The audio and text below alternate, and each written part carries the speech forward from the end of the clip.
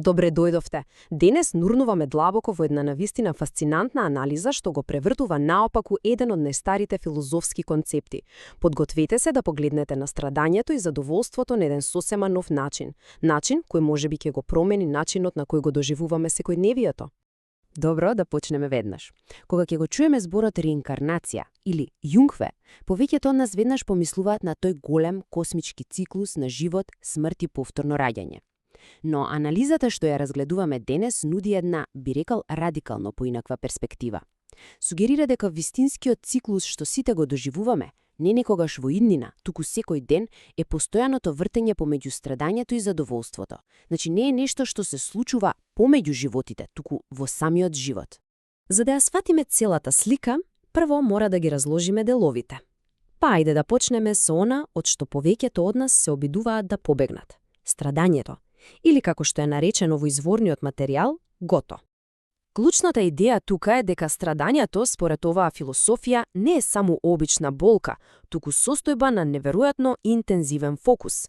Замислете кога некој е гладен, целиот свет се стеснува на една единствена огромна потреба – храна. Но што се случува во моментот кога ќе почне да јаде? Токму тоа страдање, тој глад, веднаш се претвора во задоволство. Самиот чин на решавање на болката е задоволство. И оваа состојба на интензивен фокус, интересно, може да се искористи. Авторот дава еден прилично силен пример – војна обука. Со тоа што на регрутите им се ограничуваат основните потреби како храна и сон, нивниот ум буквално се празни. И во таа празнина, во тој фокус само на преживување, може да се всади сосема нова идеологија, да речеме, лојалност кон државата. На некој начин, страдањето станува алатка за ментално репрограмирање. И оваа идеја се проширува дури и на политичката сцена. Многу е важно да се нагласи дека ова што го гледаме е директен цитат од авторот. Неговото тврдење е дека некои режими намерно предизвикуваат економско страдање. Зошто? За да го задржат населението фокусирано само на голо преживување, со што според него се спречува каков било политички ангажман. Дефинитивно провокативна теза за моќта на страдањето. И еве уште еден клучен аспект на страдањето. Постои директна врска помеѓу интензитетот на болката и висината на задоволството што следи. Размислете, колку подолго сме биле гладни, толку повкусен ни изгледа оброкот, нели? Овој принцип е многу важен, бидејќи не води директно до другата страна на паричката. Да се префрлиме сега на другата страна и да видиме како задоволството, она кон што сите се стремиме, всушност содржи свој собствен парадокс. И токму тука работите стануваат навистина интересни. Ова е централното прашање. Ако задоволството е целта, зошто се чини толку минливо, толку нестабилно? Зошто секогаш изгледа дека не враќа токму на почетната точка, во страдање? Според авторот постојат три клучни причини. Прво, алчноста, онаа вечна желба за уште и уште. Второ, незнаењето, фактот што не ја разбираме привремената природа на задоволството. И трето, недостатокот на промислување, кога едноставно не успеваме да препознаеме кога задоволството почнува да се претвора во својата спротивност. А овие примери го илустрираат тоа совршено. Да речеме, задоволството од богатството станува мачно страдање кога желбата за повеќе пари ќе стане обсесија што нема крај. Или задоволството од една врска се претвора во страдање кога новината ќе избледи па ќе започне една бескрајна потрага по нешто ново. Дури и славата во една област води до страдање кога ќе се појави таа ризична желба да се освои и друга, како што е политиката. Изгледа дека во секое задоволство се крие семето на сопственото уништување. Добро.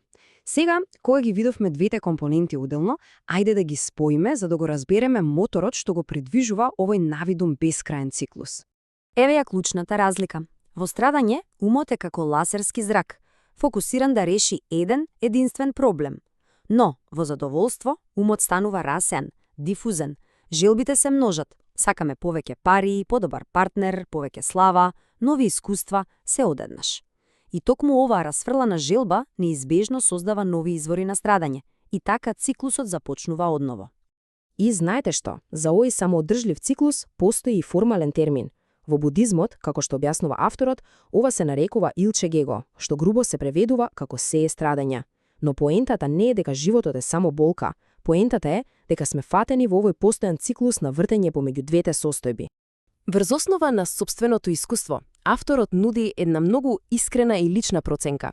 Тој вели дека за него животот е отприлика составен од 70% страдање, само 10% вистинско задоволство и еден многу важен, но често занемарен дел од 20% смиреност. Оваа визуализација го прави апстрактниот сооднос некако многу реален, зарем не? Значи, ако овој циклус е константен, што правиме? Дали сме осудени да се вртиме во него за секогаш?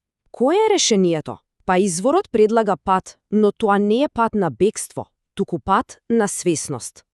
Првиот чекор е нешто што се нарекува хетал, или ослободување. Но ова не е бегство. Напротив, тоа е длабока свесност.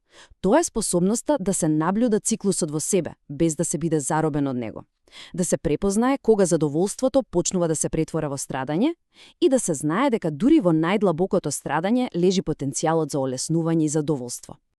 А крајната цел? Таа се нарекува јолбан или нирвана. Ова не е некаква состојба на вечно блаженство, туку состојба на совршена равнотежа.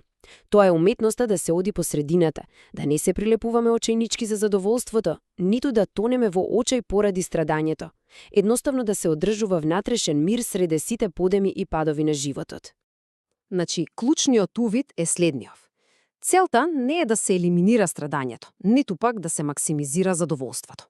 Тоа на крајот на краиштата е неможно.